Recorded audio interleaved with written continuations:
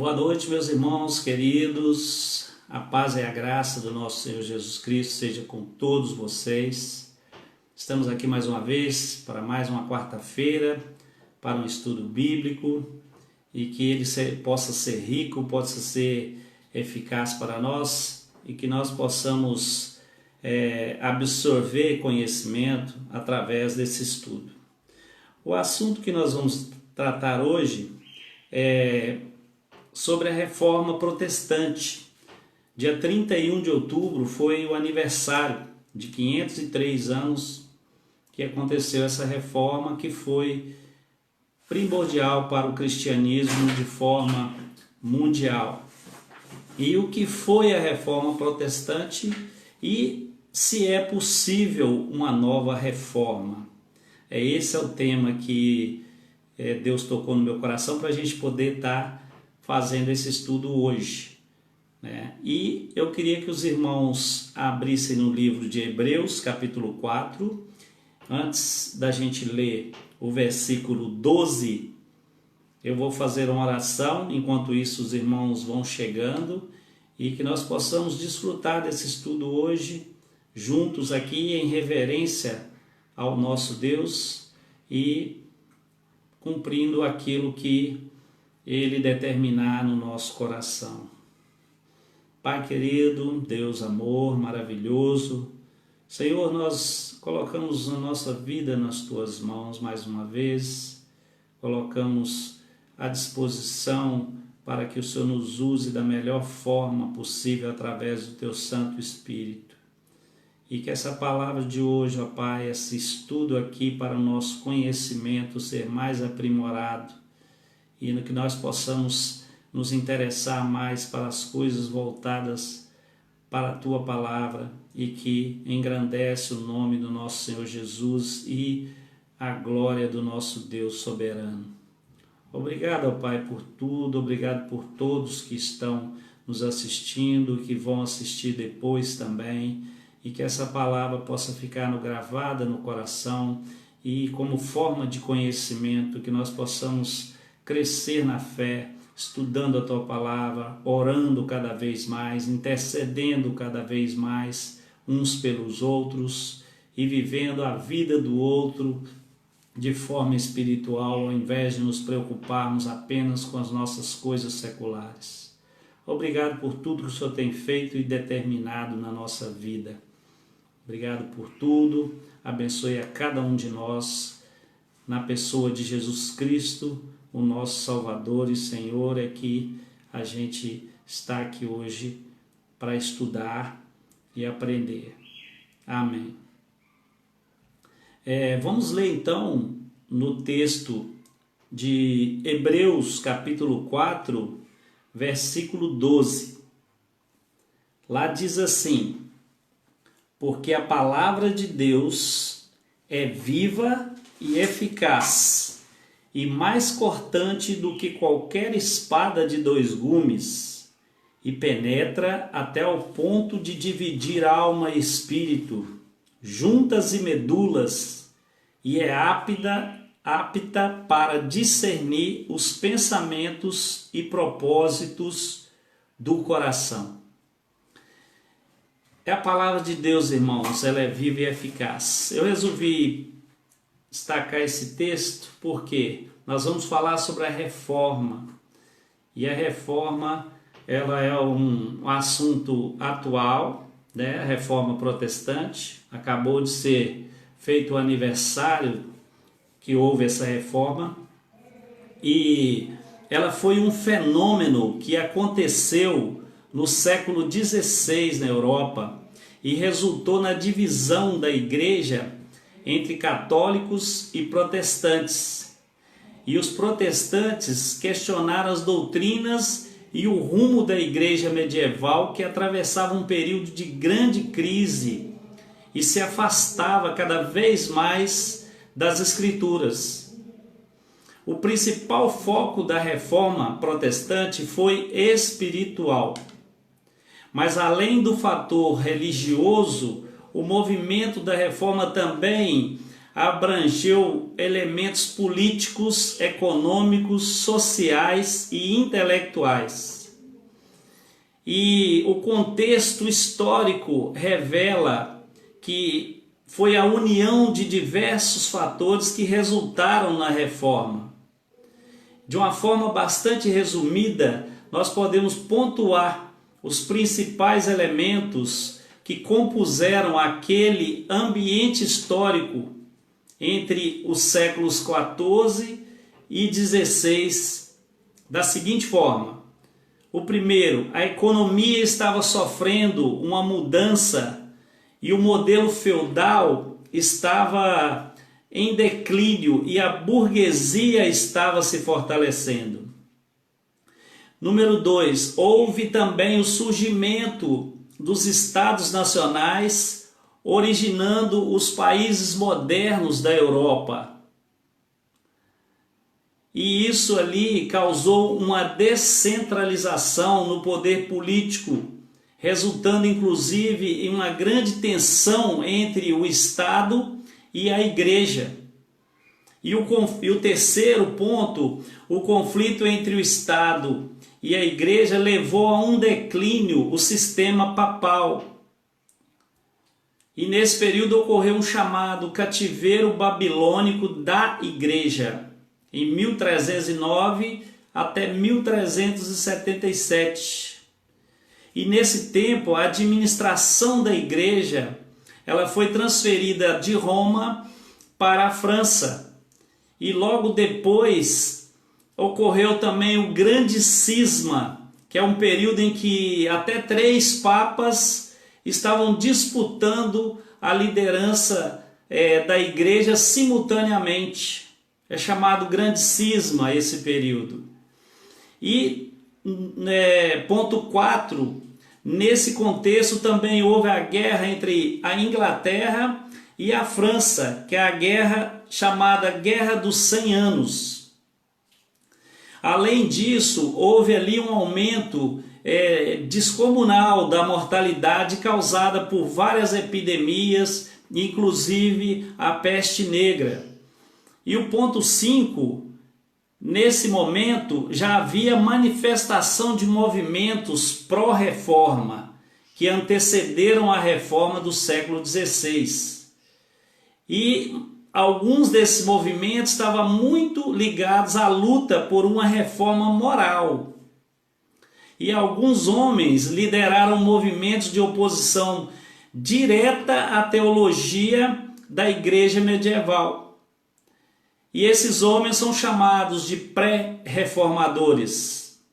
E dentre eles tem nome que a gente conhece, que se destaca, John Wycliffe e John Huss. Foram muito importantes desse movimento. Também no ponto 6 surgiram os chamados movimentos devocionais. Esses movimentos eles não protestavam contra as doutrinas da igreja, mas se concentrava na vida devocional. E mais tarde, esses movimentos também exerceram certa influência sobre os reformadores. E o ponto 7, no âmbito intelectual ali, nesse período da Renascença, ocorreu também o movimento do humanismo. E entre os humanistas bíblicos, cresceu o interesse pelo estudo da Bíblia nas línguas originais em que ela foi escrita. E aqui se destacou a publicação do Novo Testamento na língua grega, feito por Erasmo de Roterdã. Foi uma obra muito utilizada depois pelos reformadores. E como era a igreja antes da reforma?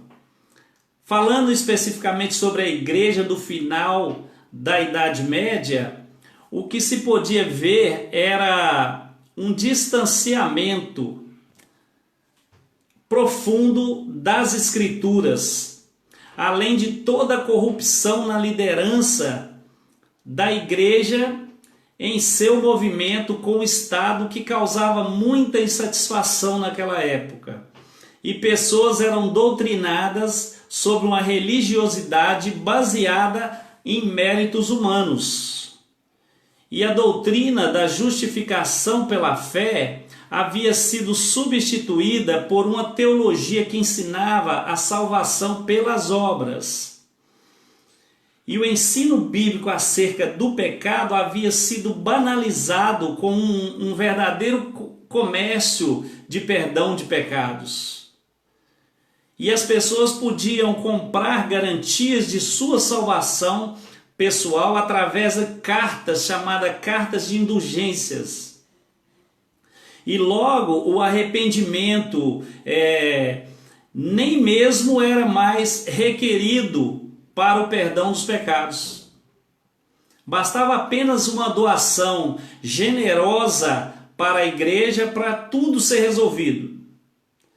Segundo a liderança da igreja, as indulgências poderiam, inclusive, resolver os problemas de pessoas que já tinham morrido e que supostamente estavam no chamado purgatório, que é uma doutrina da Igreja Católica. Então eram comprado a salvação até dessas pessoas que estavam no purgatório, que já haviam morrido no caso. Então esses problemas a igreja estava vivendo, porque começou a ser questionado esse tipo de atitude da igreja predominante, que era a Igreja Católica. E apesar da existência anterior de outros protestos contra as doutrinas da igreja medieval, foi apenas no século XVI que o movimento da reforma ganhou uma proporção gigantesca.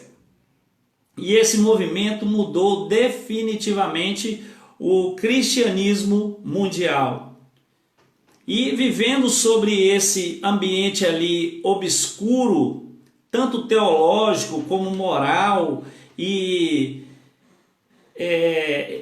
toda essa tralha que nós falamos aqui, esse entulho que a igreja empurrava diante da sociedade, foi que surgiu o principal reformador, chamado Martinho Lutero, né? E ele era um monge agostiniano nascido na Saxônia, e ele resolveu protestar contra os abusos da igreja. E então, naquela data que a gente sabe, de 1517, Lutero pregou 95 teses na porta da capela de Wittenberg, na Alemanha. E esse documento, ele falava especificamente contra a questão da venda de indulgências e apontava para a verdadeira doutrina bíblica da justificação pela fé. A intenção de Lutero não era dividir a igreja, mas de convidar os teólogos a um debate e reflexão. O seu objetivo era promover uma reforma na igreja de dentro para fora, a fim de que ela se tornasse, voltasse às Escrituras e se tornasse mais semelhante a Cristo. E o protesto dele foi motivado por um estudo que ele fez cuidadoso das Escrituras, especificamente nos ensinos do apóstolo Paulo, acerca da salvação pela graça e não por obras. E o texto que mudou a visão teológica de Lutero definitivamente foi Romanos 1,17, quando ele leu lá que o justo viverá pela fé. Isso mudou a vida dele, impactou a ele, e ele começou a ver que estava tudo errado, estava tudo sendo ensinado ao contrário do que as Escrituras ensinavam e do que a Escritura se baseava para estar colocando as doutrinas em prática. E ele teve esse entendimento acerca das Escrituras iluminado pelo Espírito Santo. E esse monge alemão, ele não poderia mais tolerar os abusos doutrinários da igreja. E ele não conseguiu mais ficar calado diante da distorção do evangelho e as heresias que eram pregadas.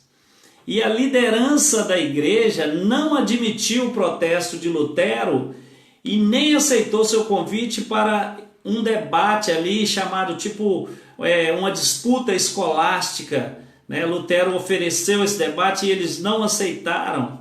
Ao invés disso, essa igreja, né, católica na época, ela excomungou Lutero e condenou ele como herege.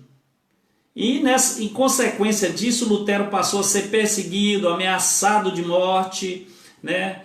E todo esse episódio aqui abriu as portas para a reforma protestante. E depois disso surgiu movimentos protestantes. E a reforma foi um movimento heterogêneo, com várias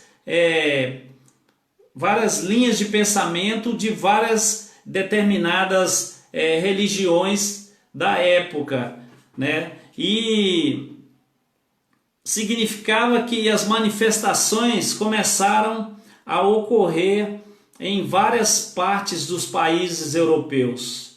E, de forma geral, esses movimentos de reforma concordavam sobre os pontos centrais da fé cristã, mas discordavam de questões secundárias. E esses principais movimentos foram, primeiro, os luteranos, com a reforma na Alemanha sob a liderança de Martim Lutero e Philipp Melanchthon, e os reformados com a reforma em Zurique sob a liderança de Ulrico Zwinglio, e em Genebra com João Calvino. E tinham os anabatistas também em Zurique com Konrad Grebel e Felix Mentz. Esse movimento era mais radical e conflitava, e ia para embate mesmo, inclusive com movimentos reformados de Zwinglio. E tinha os anglicanos também, com a reforma na Inglaterra sob a liderança de Henrique VIII. E depois do século XVII, especificamente derivados do movimento de reforma na Suíça e na Inglaterra, surgiram novos grupos protestantes. Alguns desses grupos foram os presbiterianos, os batistas, os congregacionais e os metodistas. E esses grupos foram importantíssimos na área das missões. E com eles se destaca a evangelização das Américas, né? E vamos ver aqui as principais doutrinas da reforma. De forma geral, a reforma, o movimento dela se baseia em 3 pontos principais. O primeiro, a centralidade da Escritura, sola Scriptura. A reforma trouxe uma rejeição de ideias de revelação continuada e deu ênfase de que somente a Bíblia é a palavra de Deus e ela é infalível e inerrante. Isso significa que a revelação de Deus para o homem está completa e ela possui plena autoridade sobre todos, e nenhuma tradição poderá equiparar-se a ela. Tota Scriptura. Italiano bom meu, né? E ponto 2, a justificação pela fé. Os reformadores rejeitaram qualquer ideia de justificação por obras que resultaria numa salvação meritória, né? Mais tarde, esse ponto acerca de verdades bíblicas sobre a obra da salvação foi sintetizada nos lemas sola gratia, somente a graça, solus Christus, somente Cristo, sola fides, somente a fé, sole Dio gloria, somente o Deus da glória. O ponto 3 é o sacerdócio de todos os crentes. O cristão reformados entende que o único intermediário entre Deus e o homem é Cristo. e que através de sua obra todos os cristãos verdadeiros são feitos reis e sacerdotes, no sentido de que eles possuem acesso direto a Deus. E com isso o conceito de divisão entre o clero e leigos foi rejeitado, visto que a igreja é a comunhão dos fiéis. E quais foram as consequências da reforma? A reforma protestante causou uma divisão irreversível na igreja ocidental. E essa divisão foi acompanhada de muitos conflitos violentos entre católicos e protestantes. Infelizmente, as pessoas matavam em nome da fé. E para tentar combater esses movimentos protestantes, a Igreja Católica promoveu o que ficou reconhecido como Contra-Reforma. E nesse período, a Inquisição foi um dos instrumentos utilizados. E também houve um tipo de reforma católica, com a tentativa de resolução de alguns erros e problemas do próprio catolicismo. E apesar de tudo isso, a reforma protestante levantou a bandeira do Evangelho, fazendo com que despertasse novamente aquele cristianismo fundamentado nas Escrituras. Um cristianismo cujo centro é Cristo. E semelhantemente ao que havia na igreja do período apostólico. E a reforma protestante foi o maior movimento espiritual desde o Atos 2, que foi o Pentecostes. E aí nós entendemos o seguinte: o quanto a reforma foi importante para nós e para todos os cristãos e todos aqueles que defendem um verdadeiro evangelho genuíno, baseado na Bíblia, e como isso foi aberto ao restante do mundo, fazendo com que caísse a máscara daquele sistema que dominava o mundo e enriquecia às custas de uma fé mal infundada, uma fé em méritos humanos, uma fé em venda de indulgências. E eu faço uma pergunta: essa reforma, é possível hoje uma outra reforma? Depois de 500 anos, agora 503, muitas pessoas se perguntam se é possível uma nova reforma protestante. E essa questão surge da constatação de uma realidade lamentável em que se encontra hoje grande parte das comunidades protestantes atualmente.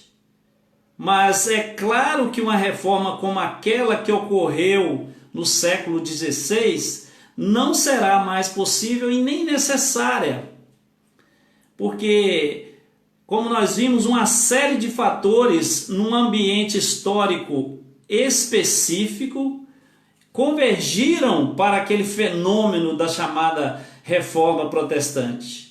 E, obviamente, isso nunca mais se repetirá. Além do mais, quando a reforma aconteceu, só havia uma igreja que precisava ser reformada, que era a Igreja Católica, Apostólica Romana, e todo o seu aparato. Já na nossa atualidade, nós temos milhares de igrejas que se distanciaram em menor e em maior grau das Escrituras.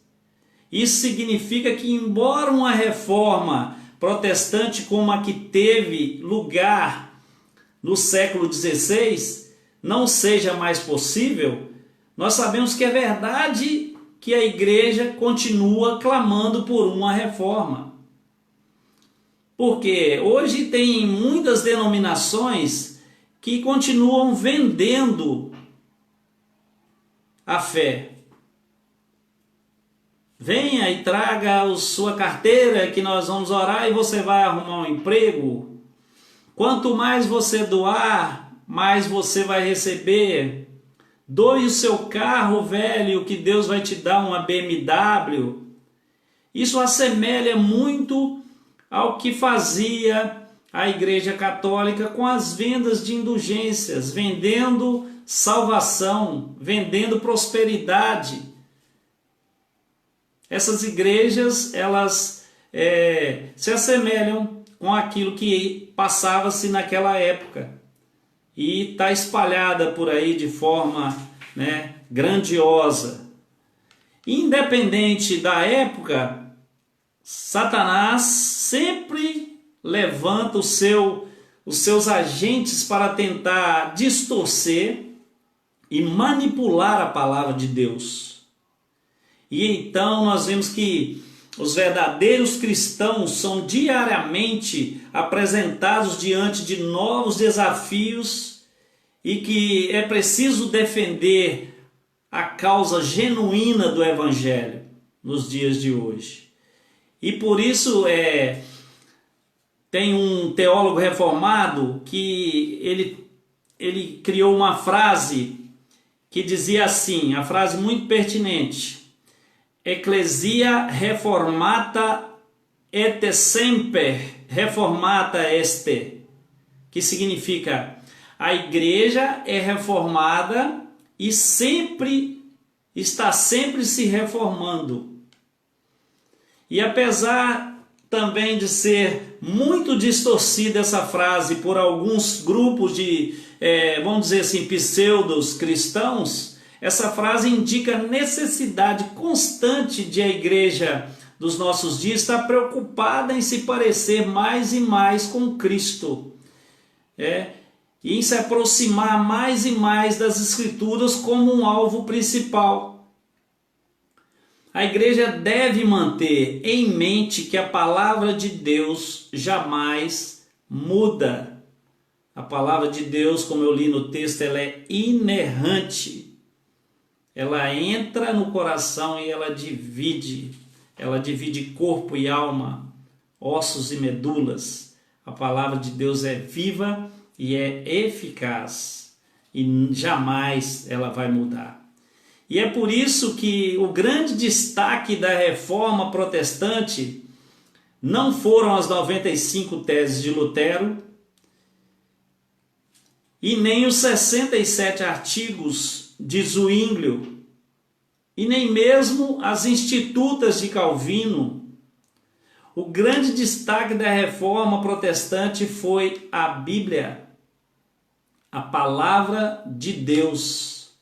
E os reformadores, eles não descobriram novas doutrinas, eles apenas redescobriram as verdadeiras e imutáveis doutrinas das Escrituras que tinham sido escondidas pelo entulho das tradições humanas ali representado na Igreja Católica. Isso significa que o verdadeiro agente reformador da igreja não foi nenhum desses nomes, mas foi o próprio Espírito Santo de Deus. E a igreja genuína, ela continua em reforma, porque ela é o templo do Espírito Santo e jamais vai deixar que tradições ou mesmo inovações e pensamentos relativistas e subjetivos soterrem a verdade do Evangelho. A reforma protestante do século XVI faz o cristão se lembrar da necessidade de não se dobrar ao pecado e da importância de se retornar sempre às Escrituras, quantas vezes for assim necessária. E nós temos essa consciência de que a reforma foi importantíssima para nós. Deus levantou homens capacitados, homens corajosos, inteligentes, homens que pegaram a Bíblia, traduziram do grego, do hebraico, do aramaico, trouxeram para nós, espalharam em exemplares mundo afora, para que essa palavra chegasse até nós e fizesse a transformação de vida que ela faz e trouxesse coisas maravilhosas na vida do cristão. Porém, nós devemos ver que, mesmo ela tendo sido feita da forma que foi, e mesmo nós tendo hoje em mãos a palavra verdadeira, viva, eficaz, que sai da boca de Deus, aqui da Bíblia, para mudar a nossa vida, a gente ainda não se dedica a desfrutar dela como deveria. Nós devemos olhar para as Escrituras detalhadamente, tomar como prática a leitura dela, porque ela muda vidas, ela transforma eras, ela causa reformas em nossa vida, no âmbito espiritual, no âmbito moral, intelectual, social, e faz com que nós sejamos pessoas melhores. Nós que somos cristãos, temos a Bíblia como regra de fé e de prática. Não podemos nos deixar levar por vãs doutrinas, entulhos acumulados dentro das igrejas, às vezes. E hoje está cheio disso por aí. Doutrinas humanas. A venda de indulgências continua. Tem igreja que vende pedacinho dos tijolos de Israel. Tem igreja que vende lencinho ungido, óleo ungido, a água benta, a cura. Então nós não podemos deixar que isso contamine a nossa mente. Temos que estar focado na santificação diária, na leitura da Bíblia, e principalmente na oração, na intercessão, na busca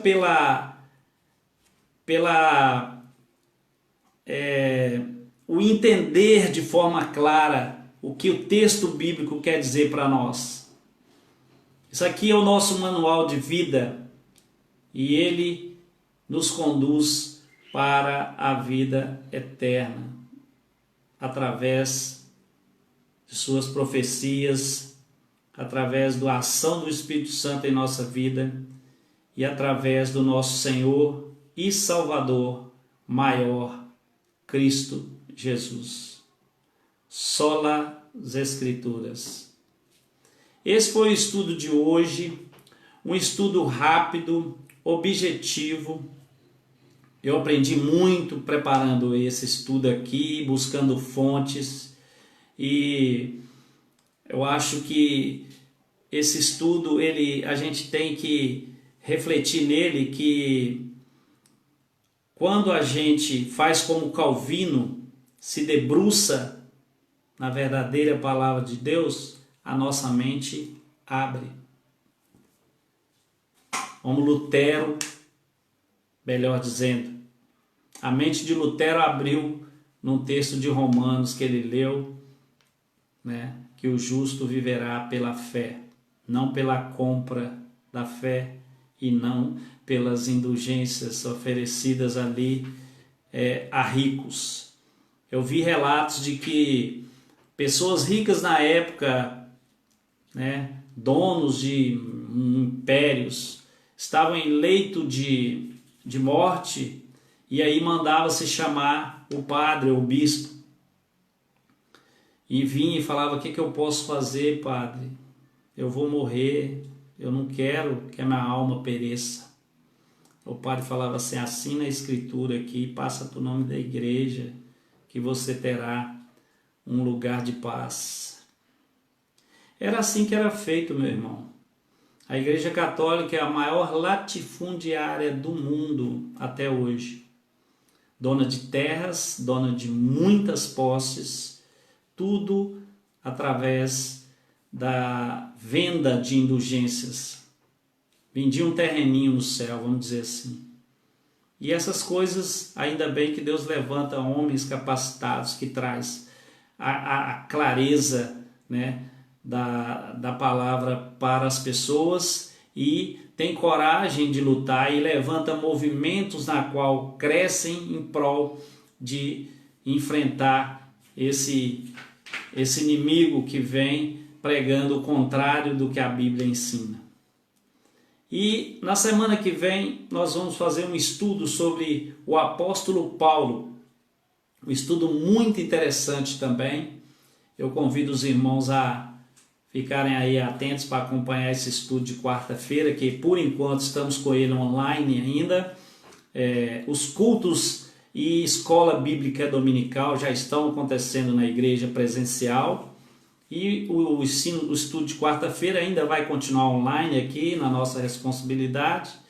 E vamos fazer esse estudo aí do apóstolo Paulo e dando sequência em estudos que sejam interessantes para o nosso crescimento e que possa abençoar a nossa vida cada vez mais. Mas uma coisa eu deixo para vocês, peguem a prática de ler. O Salmo 1 fala: bem-aventurado o homem que na lei do Senhor medita de dia e de noite. Então, nós devemos fazer isso, porque nós somos bem-aventurados. Amém?